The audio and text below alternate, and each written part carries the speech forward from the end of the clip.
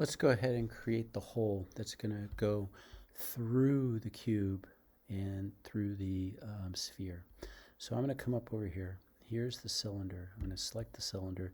Cylinder is going to be our hole. I click, and there it is. Problem. It's going in the wrong direction, and I can swing it with it, but I don't want to swing it. It's going to take too long, so I'm going to delete it. I'm going to shift the cube in the sphere.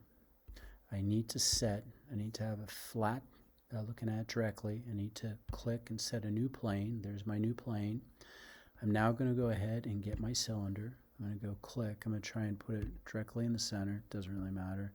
I'm going to click on the white corners so I can change the size. It's supposed to go down to 0.2. And here's the other one, 0.2.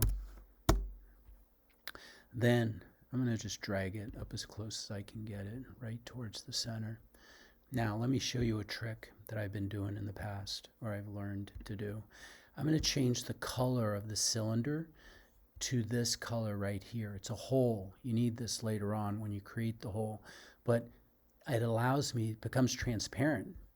And so now, watch this. When I click on the square, that's the center of my square. When I click on the cylinder, that's the center of my cylinder.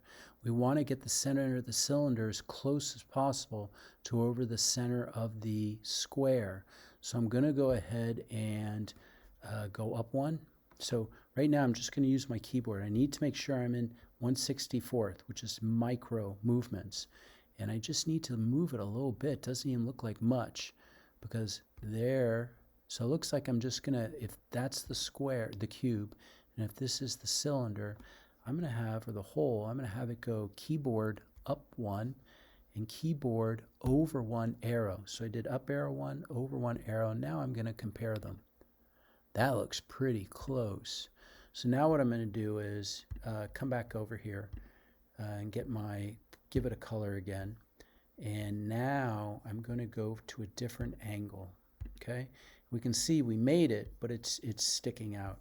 And I need to, first, let's set a plane because I'm making a change. I'm squared off, so I'm looking at it flat. And when I look at the length of this hole, it says the length is 0.9.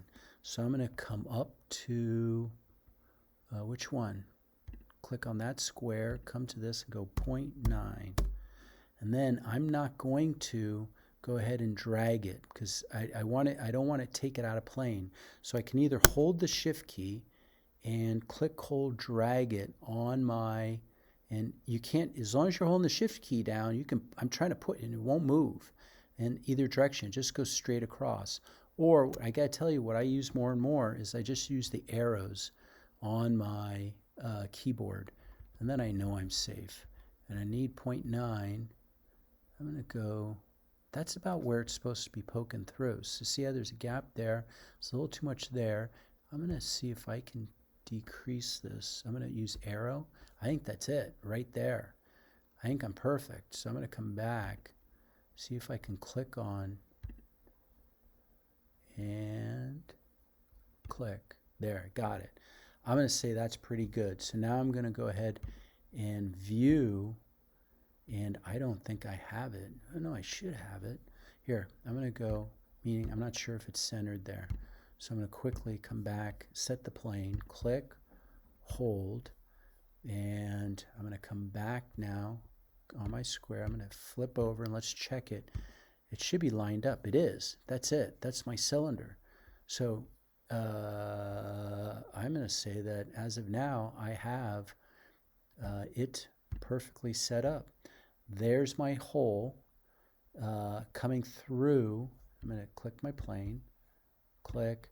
There's my hole. It's coming through the cylinder right now. And you know what I'm going to do is I'm going to leave it alone. In the next stage, I'll explain what I'm going to do.